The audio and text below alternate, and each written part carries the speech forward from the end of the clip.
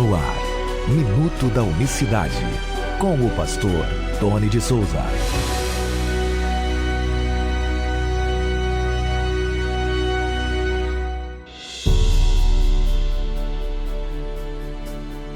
Olá, queridos, graça e paz da parte do nosso grande Deus e Salvador Jesus Cristo. Uma excelente quinta-feira, dia 9 de fevereiro de 2023. Até aqui nos ajudou o Senhor. É um prazer ter você aqui no Minuto da Unicidade desta quinta-feira. Sejam todos bem-vindos e não esqueçam, você que é obreiro, você que exerce algum cargo na igreja, trabalha auxiliando o seu pastor, auxiliando o seu bispo, de reservar a sua inscrição no curso de capacitação de obreiros e assim participe deste curso abençoado para te auxiliar cada vez mais no seu crescimento no serviço do reino do Senhor Jesus, tá certo? Bom, meus amados irmãos, as informações deste curso estão na descrição desse vídeo. Você que está escutando aí pelo YouTube, no grupo de WhatsApp também tem o contato aí do WhatsApp para se inscrever e outras informações. Você pode entrar em contato com 19 98980 2214, falar com a Elaine, tá bom? Bom, povo de Deus, olha o que o Senhor Jesus diz aqui no Evangelho de João, capítulo 14. Abra a sua Bíblia aí, leia rapidinho. Você que está com a Bíblia no celular, baixou o aplicativo, que bênção, né? Olha como é bom, o celular é muito importante. Diz assim: Jesus respondeu e disse-lhe: se alguém me ama, guardará a minha palavra, e meu Pai, pronome possessivo, né? Meu Pai o amará, e viemos para ele e faremos nele morada.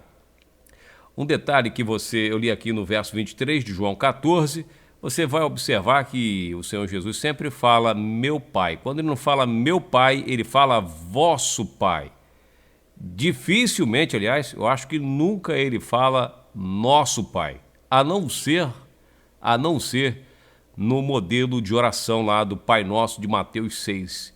Mas porque ele sempre fala meu Pai, quando se refere a ele, pronome possessivo, não é? Pronome possessivo, e ele fala vosso Pai quando vai se referir aos demais que os ouvem.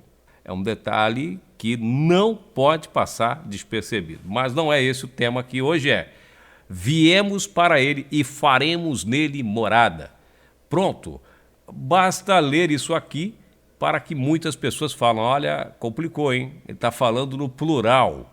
Ele está dizendo aqui, olha, viemos para ele e faremos nele morada. Espera aí, como que Jesus, a primeira pergunta para você entender esse tema é, como que o Senhor Jesus fala que se uma pessoa o ama, vai guardar a palavra dele, e quem vai morar dentro dele é ele e o Pai? Mais à frente, mais abaixo, no verso 26, ele vai dizer que vai enviar o Espírito Santo, que vai enviar no nome dele, que vai habitar na pessoa. Então, esse versículo especificamente é que ele está falando de dois, ele não está falando de três, ele vai falar mais adiante no texto. Mas aqui ele está dizendo que os dois virão, e vão morar na pessoa, que guardar a palavra que é dele. Então são duas pessoas, o Pai e o Filho vai morar na pessoa, mas nós não somos templos do Espírito Santo, da terceira pessoa. Isso partindo do princípio, da tese da Trindade, né? Da pessoa que crer na Trindade. Espera aí, como é que o Pai e o Filho vão vir morar juntos no indivíduo, mas já vai vir, quem vai vir de fato é o Espírito Santo? Então veja que na doutrina da Trindade, é uma confusão, diga-se de passagem. Mas na doutrina unicista é muito fácil entender.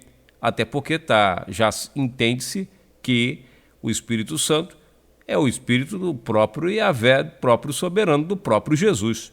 Corretamente? Você está entendendo? Então a gente sabe qual é o Espírito, quem é o Espírito Santo e quantos são, que na verdade não são quantos, é um só Espírito, um só Senhor, uma só fé, um só Espírito. Jesus, a palavra, Pedro vai dizer, né, cita o profeta Joel, capítulo 2, né? Nos últimos dias derramarei do meu espírito sobre toda a carne. Então, um espírito só do soberano. Mas por que que o Senhor Jesus fala no plural? É a pergunta que não quer calar. Por que que ele fala, então, viemos para ele e faremos nele morada? Então, partindo do princípio da doutrina da unicidade, que Jesus é o único Deus verdadeiro, que ele é o Pai da eternidade, Jesus é o Pai, não é assim que nós unicistas cremos e entendemos as Escrituras? Então, se ele é o Pai, se o próprio Jesus Cristo é o Pai, como nós cremos e pregamos, é um só Deus e ele que é o Pai, ele é que é o Filho, ele é que é o Espírito Santo, por que, pastor Tony, ele falou no plural? Esta que é a pergunta que não quer calar. Bom, essa pergunta não é respondida com malabarismos, tá? Não, porque ele falou que ele, o Pai, vai vir, vai fazer nele morada, porque o Pai... Não tem malabarismos. Ver num debate alguém se enrolar para responder essa pergunta é porque não conhece, não teve ainda esse entendimento desse detalhe. Que detalhe é esse? É que o Senhor Jesus, sendo o Pai da eternidade, sendo Deus verdadeiro, o único Deus verdadeiro, a Bíblia diz que Deus não muda. Eu, o Senhor, não mudo. Você vai ler isso lá em Malaquias, capítulo 3, verso 6. Eu não mudo, eu, o Senhor, não mudo. Ele não muda, nunca. É o mesmo. Ontem, diz o autor aos Hebreus, ontem, hoje e sempre. Ele não vai mudar a linguagem dele, de maneira nenhuma. O Senhor Jesus, até na sua forma de falar, declarou que mostrou, deixou claro, entendido quem ele era, até na sua forma de falar. E aqui ele está falando para os seus discípulos, olha, viemos até ele, faremos nele morada. Você precisa entender que, por exemplo, Gênesis 1, 26, tem trindade lá, quando ele diz, façamos o homem à sua imagem e semelhança? Não. Todos os teólogos que se prezem, que estudam muito, sabem que não há trindade ali. Se não tem trindade em Gênesis 1, 26, embora a teologia procurou trindade em tudo para provar a existência de algo que não existe, foi vasculhando, foi procurando tudo que pudesse fazer alusão a uma suposta trindade para sustentar, se não tem, mas sabem que não tem trindade lá, o próprio teólogo trinitário que debateu comigo reconheceu publicamente num programa de televisão que Gênesis 1, 26 não tem trindade. Nesse debate que está aí no meu canal, Pastor Tony de Souza no YouTube, ele mesmo reconheceu que Gênesis 1, 26, falou que o teólogo que usa Gênesis 1, 26 para provar que tem trindade ali é um cabeçudo. Ele mesmo falou, usou essas expressões. Então, se não tem trindade lá, a própria teologia agora, ultimamente, com as pesquisas, com os estudos, estão reconhecendo que não tem como provar a trindade no Antigo Testamento. Não tem. Essa é que é a grande realidade. Por que há de ter, então, no Novo Testamento? Porque ao ler aqui, ó, eu e o Pai viemos até ele e faremos nele morada, é a mesma linguagem, a mesma forma de falar. É até uma das formas, como eu disse, de identificar o Senhor, aquele que esteve aqui. Mas o que você está querendo dizer com isso? Porque Gênesis 1, 26 nada mais é do que o plural majestático. Você vai encontrar isso em muitos livros unicistas, de autores unicistas sérios, estudados, estudiosos. Você vai ver que é o plural de majestade, do latim pluralis majestatis, também chamado de plural de modéstia. Ah, então Jesus era modesto. Modesto? Era modesto. Refere-se ao uso geralmente por uma autoridade. Jesus é autoridade? Ah, então tá. Da primeira pessoa do plural. Isso nós estamos falando de português. Nós, em lugar da primeira pessoa do singular, eu. Ou para se autodesignar, ou o emprego da segunda pessoa do plural, vós, em vez da segunda pessoa do singular, tu. Então você vai ver Jesus usando muito isso no Novo Testamento. Em vez de falar tu, ele fala vós. Porque vós me chamas de bom? Por que me chamais, né? Vós, em atitude respeitosa para com o interlocutor. Agora preste bem atenção aqui, o plural majestático. Originalmente usado por soberanos ou personalidades religiosas, ainda ocorre na língua falada ou escrita quando quem escreve ou fala refere-se a si próprio usando a primeira pessoa.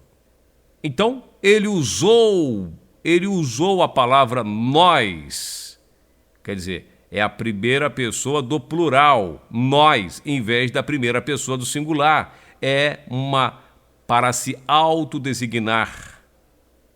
Isso não é aqui uma resposta para sair de uma enrascada, porque não há enrascada. Nós sabemos que Jesus é Deus e que o batismo é em seu nome, sabemos que ele é o Pai da eternidade.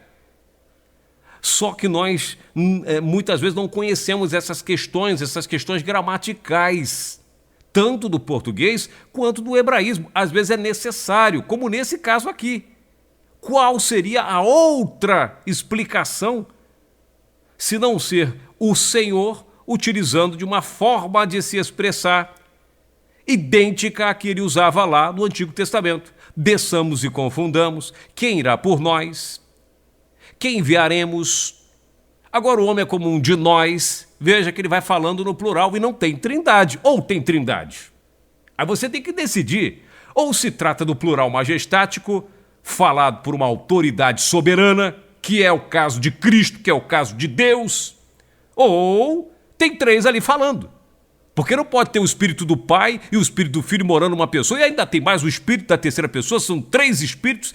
Não, aí não pode levar no pé da letra. É preciso entender a forma falada dos soberanos, da literatura bíblica, da literatura original das Escrituras, e isso é uma expressão, inclusive, do português, inclusive, também.